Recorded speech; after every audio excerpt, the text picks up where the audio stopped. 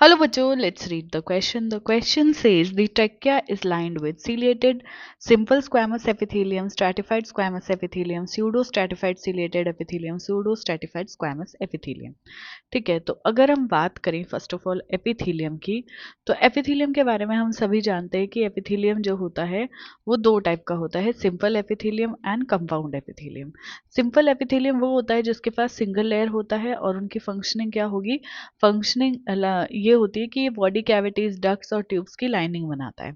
ठीक है, और कंपाउंड एपिथेलियम की, क्योंकि इसमें दो या दो से ज़्यादा लेयर्स प्रेजेंट होती है सेल की, तो ये प्रोटेक्टिव फंक्शन करता है हमारी बॉडी के अंदर।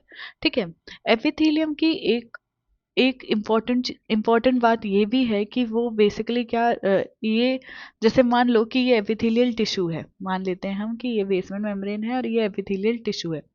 तो ये जो एपिथेलियल टिश्यू है, ये या तो बॉडी फ्लूइड को फेस करता है या फिर आउटसाइड एनवायरनमेंट को फेस करता है। ठीक है, एंड इसी वजह से क्या करता है, ये प्रोवाइड करवाता है कवरिंग या फिर लाइनिंग।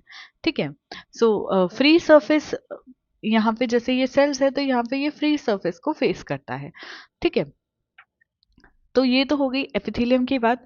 अब सीलिएटेड सिंपल स्क्वामस एपिथेलियम वो होते हैं जिनमें जो सेल्स होते हैं वो कैसे हो जाएंगे, फ्लैट हो जाएंगे। ठीक है, फ्लैटेंड सेल होते हैं स्क्वामस एपिथेलियम के। सो फ्लैटेंड सेल्स यानी कि मान लो कि ये इस तरीके से सेल्स प्रेजेंट है, फ्लैट फ्लैट सेल्स प्रेजेंट है। ठीक है, अब इन पे अगर हम सीलिया लगा दें, इनके इस जहाँ पे ये फ्री सरफेस की तरफ फेस कर रहे हैं उधर सीलिया लगा दें तो सीलिएटेड सिंपल स्क्वामस एपिथेलियम हो जाता है। ठीक है, स्ट्रैटिफाइड में क्या होता है, स्ट्रैटिफाइड में एक से ज्यादा लेयर ऑफ सेल्स प्रेजेंट होते हैं। ठीक है, एक से ज्यादा लेयर ऑफ सेल्स प्रेजेंट होते हैं इस तरीके से। ठीक है, सो सीलिएटेड सिंपल स्क्वामस इनकरेक्ट हो जाएगा, स्ट्रैटिफाइड स्क्वामस एपिथेलियम इनकरेक्ट हो जाएगा।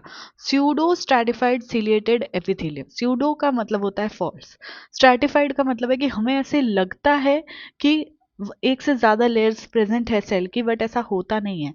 ठीक है, मान लेते हैं कि ये ट्रेकिया है, ट्रेकिया मिड थोरैसिक कैविटी से स्टार्ट होता है and T thoracic fifth thoracic vertebra पे जाके बाइफरकेट कर जाता है। ठीक है, अब हमें लगता है, मान लेते हैं कि ये बेसमेंट मेम्ब्रेन है, बेसमेंट मेम्ब्रेन है, तो इसमें क्या होता है, स्यूडो स्ट्रैटिफाइड के अंदर क्या होगा, डिफरेंट डिफरेंट शेप के जो है हमारे पास सेल्स प्रेजेंट होते हैं। तो ये मान लो कि ये इस तरीके से जो है हमारे सेल्स प्रेजेंट है इस तरीके से। ठीक है, तो किसी का न्यूक्लियस जो है वो एपिकल में आ जाता है और किसी का बेस में आ जाता है, और यहाँ पे सीलिया प्रेजेंट है। तो न्यूक्लियस, क्योंकि न्यूक्लियस की पोजीशन सेम नहीं होती है, हमें ऐसे लगता है कि सेल्स की एक से ज्यादा लेयर्स है, इसीलिए इसको स्यूडो स्ट्रैटिफाइड कहा जाता है। सीलिएटेड क्यों कहा जाता है, क्योंकि जहां पे ये फ्री सरफेस पे फेस करा है वहां पे सीलिया प्रेजेंट होंगे। ठीक है, और ये एपिथेलियम है तो एपिथेलियम हो गया। सो ट्रैकिया के अंदर स्यूडो स्ट्रैटिफाइड एपिथेलियम प्रेजेंट होता है, जो यहाँ पे सीलिया प्रेजेंट होते हैं।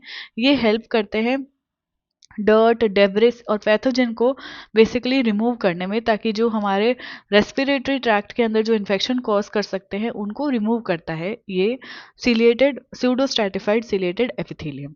ठीक है, तो हमारा करेक्ट आंसर थर्ड चला जाएगा।